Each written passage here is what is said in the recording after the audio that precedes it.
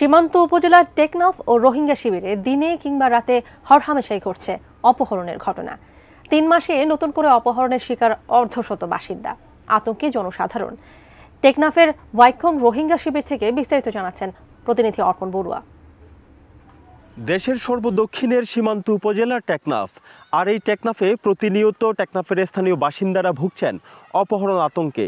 প্রতিনিয়ত দিনে কিংবা রাতে এখানে অপহরণের ঘটনা ঘটেই চলছে।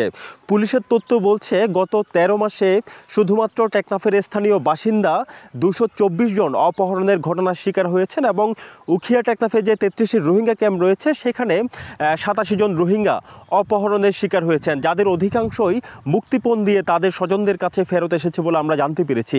আরেকটি তথ্য জানাতে চাই, শুধুমাত্র নভেম্বর, ডিসেম্বর এবং জানুয়ারি এই ৩ মাসেই টেকনাফে অর্ধশত মানুষ অপহরণের শিকার হয়েছেন। বিগত কিছুদিন আগে গত সপ্তাহে শুক্রবারে ৫ জন কাঠুরিয়া বনে কাঠ আনতে গিয়ে অপহরণের শিকার হয়েছেন। পরবর্তীতে তারা ২ দিন পর স্বাস্থ্যকর অল টাইম ফ্যামিলি কেক, সব সময় অল টাইম হেলদি লাইফ মুক্তিপণ দিয়েই তারা ফিরে এসেছেন বলে আমরা জানতে পেরেছি, যার কারণে টেকনাফের স্থানীয় বাসিন্দা থেকে শুরু করে এখানকার যারা রোহিঙ্গা জনগোষ্ঠী যারা এখানে বিভিন্ন ক্যাম্পে যারা বসবাস করছেন তারা অপহরণ আতঙ্কে ভুগছেন বলে আমরা জানতে পেরেছি। একজন স্থানীয় বাসিন্দার সাথে কথা বলতে চাই।